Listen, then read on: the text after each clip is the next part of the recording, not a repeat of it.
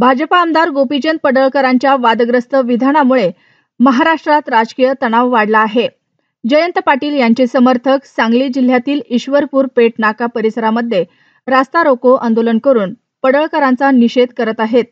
या आंदोलनात मोठ्या संख्येने महिला सहभागी झाल्या आहेत। आंदोलनकर्त्यांनी रस्त्यावर टायर जाळले आणि पडळकरांच्या विरोधात घोषणाबाजी केली। यापूर्वीही जत आणि ईश्वरपूर येथे अशीच आंदोलने झाली होती। संजय राऊत यांनी या प्रकरणी भाजप नेते आणि मुख्यमंत्री देवेंद्र फडणवीस यांच्यावर टीका केली आहे। त्यांनी असा आरोप केला आहे की फडणवीस आणि पडळकरांना अनेक वेळा समजावून सांगण्याचा प्रयत्न केला तरी ते ऐकत नाहीत। दरम्यान काही दिवसापूर्वी जत आणि ईश्वरपूर येथेही अशीच आंदोलने झाली होती। संजय राऊतांनी या प्रकरणी फडणवीसांवरही टीका केली आहे।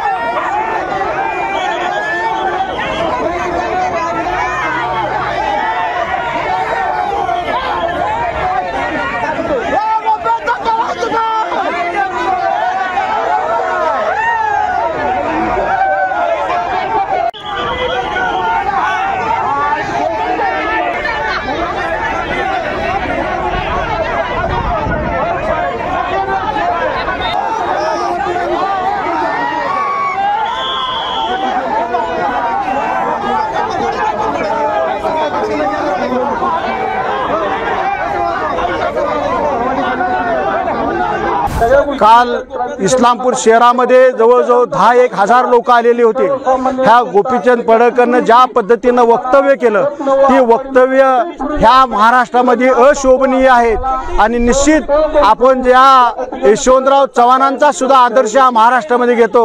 यशवंतराव चव्हाणांच्या वेणुताईंच्यावर ज्या पद्धतीनं आरोप आत्रेने केले त्या आत्रेने सुद्धा त्या ठिकाणी लगेच माफी मागितली आणि ज्या पद्धतीनं ह्या गोपीचंद पडळकरवर ज्या राजाराम बापूंच्यावर आरोप केला त्या गोपीचंद पडळकरचा निषेध करावा तेवढा थोडाच आहे। पण हा वळवे तालुका आजही ज्या पद्धतीनं 3 दिवसापासून धगधगतय आणि हा वळवे तालुक्यातला युवक स्वस्थ बसणार नाही।